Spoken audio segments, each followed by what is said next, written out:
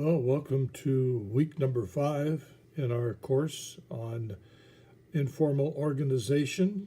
Chapter 5 is the topic for the day, and this consists of 6 separate sections. Let's take them briefly, if we can, in 1 or 2 videos. Section 1 deals with comparing and contrasting the formal organization with the informal organization. The informal organization plays a significant role in the dynamics of human behavior at work, and no discussion of human relations is complete without consideration of this area. People are pack animals, and they will follow the formal organization with its ability to punish and reward directly, but they will also choose their own leaders, and this is where the informal organization comes in. Research shows there are 3 types of relationships that provide insight into informal networks. The advice network shows the prominent players on whom others depend to solve problems. The trust network tells which employees share delicate political information and back each other in a crisis. And the communication network reveals the employees who talk about work-related matters on a regular basis. We talk about informal leadership in this section, and we talk about authority and power and politics at work. These are very interesting areas. And in particular, the area of networking and the value of networking. And we note there are striking gender differences in the way that people network. Men and women do this differently. But nonetheless, it is an important part of the overall informal network. In subject number 2, we turn to a discussion of behavioral controls used by members of the informal organization to ensure compliance. In a formal organization, the management has the power to reward and punish, primarily with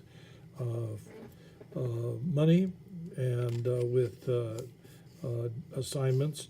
But in the informal organization, there's much more reliance on acceptance or rejection of a person, humiliation, making fun of people, controlling the behavior in other and interesting ways. In section 3, we explain how the informal communication network functions.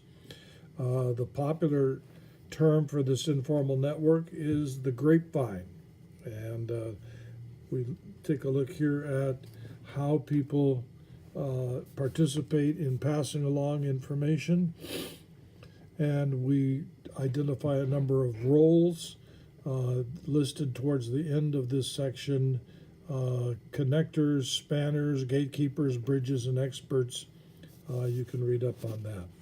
In item number 4, we identify the primary benefits of the informal network. And the basic primary benefit here is simply getting things done.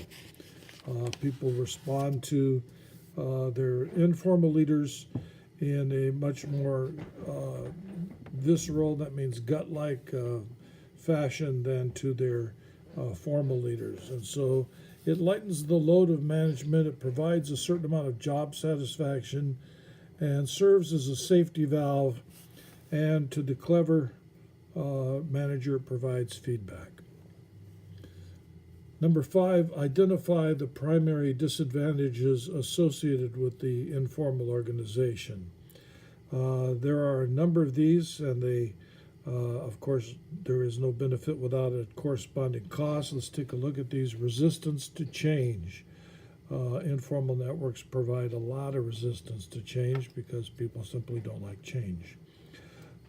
Goal conflicts. It's the informal goals of the informal network's goals may not match those of the formal network. Conformity is the willingness to go along with other members of the group. Sometimes this can be a positive, but many times it can be a negative. Rumor is the primary danger with the grapevine, that untrue or only partially true information will get out. The way to combat this is to make sure that the truth is communicated to offset the rumors, especially the destructive ones. And finally, number 6, we look at how can the manager successfully work with the informal network. And here we have number 1, recognize that informal networks are inevitable and one cannot stamp them out. So it's best for the manager to cooperate, to make sure that he provides opportunity and information to the informal network to match its goals with those of the formal organization, to dispel rumors, to provide information, and to stay ahead of changes by judicious use of the grapevine. The manager can indeed have the ability to match the goals that are those of the business with those of the people working within it. This concludes our discussion of the informal network. Look forward to completing the discussion questions. I've made them short and simple this time. Hope you find them easy to answer. Talk to you soon.